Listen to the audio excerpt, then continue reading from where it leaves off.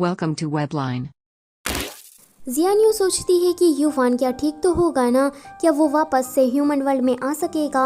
तभी ही कोई चिल्लाता है कि दूर हटो, तुम लोग मेरे घर के रास्ते पर खड़ी हो, तुम लोग यहाँ से निकलो वरना मैं तुम्हारे घर पर चली जाऊंगी। उस औरत को देखकर ये दोनों ही डर जाती है। फिर जियान यूँ देखती है कि ये तो कब्रिस्तान है। इनिन कहती है कि मुझे तो पहले से ही पता था कि ये औरत कोई भूत है। जियान यूँ कहती है कि फिर तुम डर क्यों गई? अगर तुम्हें भूतों से इतना ही डर लगता है तो तुम खुद को माउंट माओ की शिष्य क्यों कहती हो? तभी ही जियान यूँ की नजर दूसरी कब्र पर जाती है एंड वो कब्र थी युवान की। उसकी आंखों में तो आंसू ही आ जाते हैं। इनिन कहती है कि अब हमें उसकी बॉडी को ढूंढना नहीं पड़ेगा, उसकी बॉडी इस कब्र के अंदर दफन है। वहाँ पर एक लेडी आती है, वो उस ग्रैंडमा की कब्र पर फूल रख रही थी। ये दोनों तो उसे देखकर डर जाती है। इनिन कहती है कि अब तो सुबह भी हो गई है, फिर भी हमें भूत दिखाई देना बंद क्यों नहीं हो रहा। उस औरत को हार्ट अटैक का दौरा पड़ने लगता है तो वो दवाई मांग रही थी। वहाँ पर इनिन का सीनियर आकर उस औरत को दवाई देता है। इनिन जियान यूँ को साइड में थका देकर सीधा अपने सीनियर के पास चली जाती है। वो कहती है कि सीनियर आप भी यहाँ पर आ गए हो। सीनियर कहता है कि इनिन तुम लोगों ने शायद इस औरत को कुछ गलत समझ लिया है। तो वो औरत कहती है कि हम दोनों जुड़वा बहनें हैं, मेरी बहन की मौत 3 साल पहले ही हो चुकी है। सीनियर कहता है कि तुमने क्या इसकी बहन के भूत को देखा? तो ये दोनों ही कहती है कि हाँ देखा। वो औरत कहती है कि मैं आज फिर से लेट हो गई। तो सीनियर कहता है कि माफ़ करना, मेरी कार का पेट्रोल ख़त्म हो गया था, इस वजह से हम लेट हो गए। इनिन कहती है कि सीनियर मुझे आपसे कुछ पूछना है।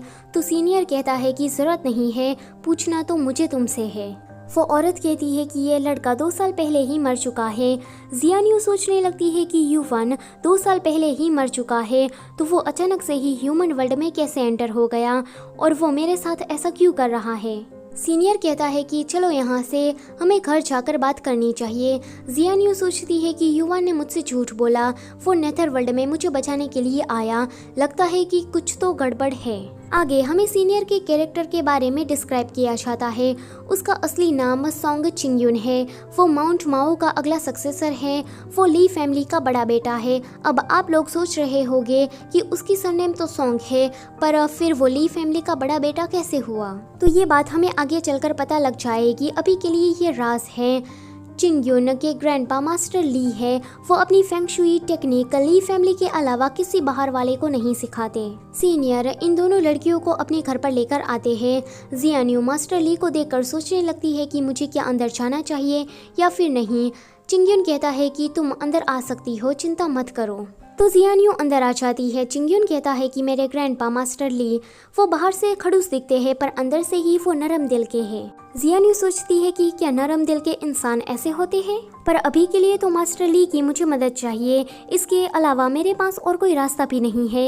इनिन कहती है कि ग्रैंडपा आपने मुझे युवान के पीछे नेथर वर्ल्ड में भेज दिया, वहाँ जाकर मैं बस मरते मरते बची हूँ। मास्टर ली कहते हैं कि तुम मरी तो नहीं हो ना, तो चिंता मत करो। जियान यूँ कहती है कि मास्टर ली आपसे मुझे कुछ पूछना है।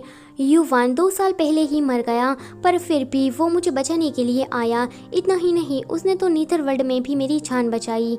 तो ये कैसे हो सकता है? एंड अभी वो नीथर वर्ल्ड में है तो क्या वो सेफ तो है ना? मास्टर कहते हैं कि मैं एक ही सवाल का जवाब दे सकता हूँ। वो एक इविल घोस्ट है एंड वो तुम्हें कभी हार्म नहीं पहुँचाएगा, तो तुम इसके बारे में चिंता मत करो। और एक बात, तुम दोनों का नसीब जुड़ा हुआ है तो तुम दोनों आगे चलकर फिर से मिलने वाले हो। जियान यूँ कहती है कि मुझे लगा था कि वो इंसान है पर वो तो एक घोस्ट निकला। अगर हम फ्यूचर में ना मिले तो ही ये बेटर रहेगा। चिंगयुन कहता है कि तुम क्या ये दिल से कह रही हो? तो वो कहती है कि हाँ। मास्टर ली उसे घूर कर देखने लगते हैं। इनिन कहती है कि मास्टर ली सीनियर, हम घोस्ट वेडिंग को कैसे रोक सकते हैं? एक भूत इसके पीछे पड़ा है।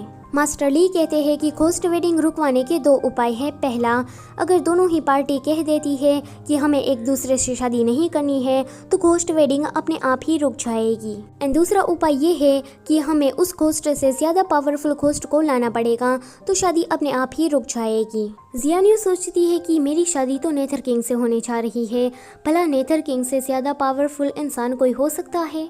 चिंगयुन कहता है कि तुम अपने बारे में हमें कुछ बताओ तो हम तुम्हारी घोस्ट वेडिंग रुकवाने में मदद कर सकते हैं।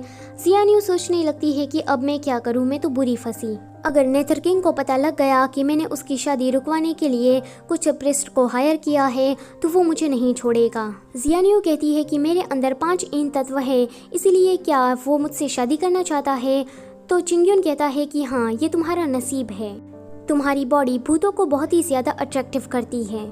मास्टर ली कहते हैं कि तुम हमें कुछ भी ठीक तरह से नहीं बता रही हो, तो यहाँ से निकलो, क्योंकि इस तरह से तो हम तुम्हारी मदद कभी नहीं कर पाएंगे। चिंगयुन कहता है कि चलो मेरे साथ, मैं तुम्हें घर छोड़ देता हूँ।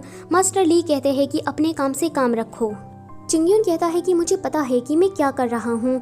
आगे ये सभी लोग बाहर आ जाते हैं। चिंगयुन कहता है कि तुम्हें मेरी मदद की ज़रूरत हो तो तुम मुझे याद कर सकती हो। चिंगयुन जियान्यू को घूर कर देख रहा था। जियान्यू थोड़ी अनकंफर्टेबल हो जाती है। चिंगयुन कहता है कि लगता है कि तुम मुझे भूल गई हो। जियान्यू कहती है कि क्या मैं तुम्हें जानती हूँ? चिंगयुन कहता है कि कोई बात नहीं, अगर तुम मुझे भूल गई हो तो। आज का चैप्टर होता है यहीं पर ही ख़त्म।